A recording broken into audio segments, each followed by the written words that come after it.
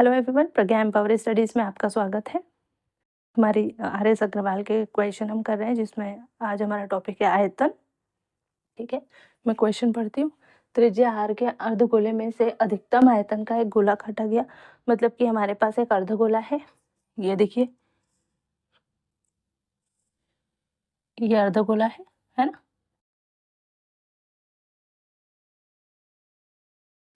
पूरा जो गोला होता है, गेंद होती है, फुटबॉल होता है, उसको बीच में से काट लिया। ठीक है, एक अर्धगोला है, उसमें से एक अधिकतम आयतन का गोला काटा, है ना। तो इसमें से अधिकतम आयतन का गोला आप कैसे काटोगे? अधिकतम आयतन का गोला कब बनेगा? यानी बड़े से बड़ा। अधिकतम आयतन का गोला यानी बड़े से बड़ा गोला। अब देखो, इस गोले की ये भी त्रिज्या रहेगी। यानी जब हम अगर हमको बड़े से बड़ा गोला काटना है, तो अगर हम इस तरह से काटेंगे पूरा वृत्त, इस तरह से, तो ये सबसे बड़ा गोला होगा। इससे बड़ा तो गोला बनेगा नहीं, और बाकी सब गोले से छोटे होंगे। अगर हम इस अर्धगोले से कोई गोला काटना चाहते, तो हमको ये गोला इस तरह से काटना पड़ेगा, तो सबसे बड़ा गोला कटेगा। यानी कि अर्धगोले की जो त्रिज्या होगी, ये हमारे पूरा जो गोला हमने नया गोला काटा है उसके व्यास के बराबर होगी। यानी ये अर्धगोले की त्रिज्या और बराबर क्या होगा? इस गोले का व्यास, है ना। ये इसकी त्रिज्या हो गई। ठीक है, तो स्टार्ट करते हैं। फिर हमको ज्ञात क्या करना है? अर्धगोले का आयतन ज्ञात करना है, और इस गोले के आयतन का अनुपात, यानी बड़े गोले का आयतन और ये फुल गोले के आयतन का अनुपात हमको ज्ञात करना है। तो स्टार्ट करते हैं।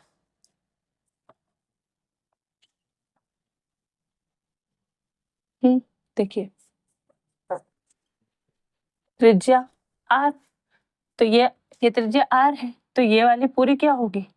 ये नीली वाली ये r होगी, और ये लाल वाली क्या होगी? यानी ये वाली, ये जो r है, ये लाल वाले छोटे, यानी गोले का, पूरे गोले का जो होगा व्यास होगा, और उसकी आधी त्रिज्या होगी। तो ये r/2 है ना, ये त्रिज्या होगी। ये किसके बराबर होगी? ये पूरे r के आधे के बराबर, है ना। ये व्यास और त्रिज्या क्या होता है? व्यास का आधा। तो ये पूरा व्यास इसका r होगा, और r का आधा इसकी त्रिज्या होगी। तो त्रिज्या r के अर्ध गोले का आयतन क्या होगा?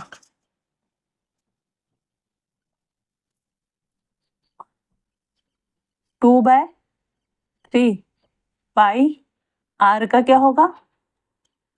Cube, pi r cube. यही होगा 2/3 पाई r क्यूब, क्या? अर्धगोले का आयतन, जिसकी त्रिज्या है r, है ना, स्मॉल r। अब अधिकतम आयतन के गोले का क्या? गोले का व्यास, अधिकतम गोला, सबसे बड़े से बड़ा गोला या अधिकतम आयतन का गोला हम कब काटेंगे? जब उसका व्यास किसके बराबर हो? इसकी त्रिज्या के बराबर हो। तो व्यास क्या होगा? r, यानी इसकी, ये अर्धगोले की त्रिज्या, और ये छोटे वाले, ये जो फुल गोला है जो रेड से मैंने बनाया, उसका व्यास r होगा, है ना। ये व्यास हो गया ना इसका। ठीक है, अधिकतम आयतन के गोले का व्यास क्या होगा? r। तो गोले का त्रिज्या क्या होगी? r/2 यही होगी, या फिर से लिख दो इसको। अधिकतम आयतन के गोले का व्यास r, तो गोले की त्रिज्या क्या होगी? इसलिए r/2 होगी। तो इसका आयतन क्या होगा? गोले का आयतन, इसलिए गोले का आयतन क्या होगा? गोले का आयतन का फॉर्मूला क्या होता है? 4/3 पाई r का क्यूब। r क्या है? r/2। ये किसका है? गोले का। ये गोले का, और ये क्या था? हाफ गोले का। अगर इसका भी आधा देखेंगे तो ये होगा, है ना। हमने तो फुल गोले का आयतन देखना है, रेड वाले का। तो ये क्या होगा? 4/3 पाई r क्यूब बटे क्या होगा? 2 दूनी 4, 4 दूनी 8, और ये कटेगा तो ये 2 बार कटेगा, यानी क्या हो जाएगा 1/3 पाई r का क्यूब, ये सॉरी ये 2 दिया 6, तो क्या हो जाएगा 6।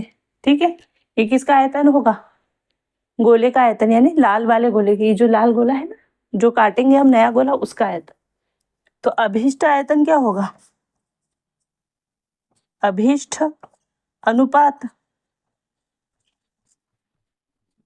क्या होगा, अर्धगोले का आयतन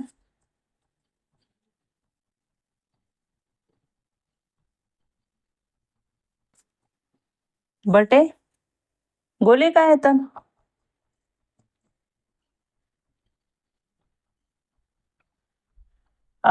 अर्धगोले का आयतन क्या है 2/3 पाई r क्यूब बटे 1/6 पाई r क्यूब, हो गया यही।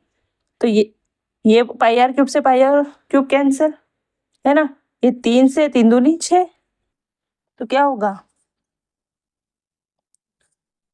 ये, और ये यहाँ पे जाएगा तो क्या होगा 4। ठीक है, बटा 1 या 4:1। तो आंसर क्या होगा, अभिष्ट अनुपात क्या होगा, यानी अर्धगोले का आयतन बटे गोले का आयतन, यानी इन दोनों का अनुपात क्या होगा 4:1 या 1:4। ये इनके बीच अनुपात होगा, किसके, ये अर्धगोले जो मैंने नीला बनाया है और ये उसमें से काटे गए बड़े से बड़े गोले का आयतन क्या होगा 4:1। तो आई थिंक ये आपको अच्छे से समझ में आया होगा। अगर आपको अच्छा लगे तो प्लीज़ वीडियो को शेयर कीजिए, सब्सक्राइब कीजिए चैनल को। मिलते हैं नेक्स्ट वीडियो में, तब तक के लिए जय हिंद, जय भारत, थैंक यू।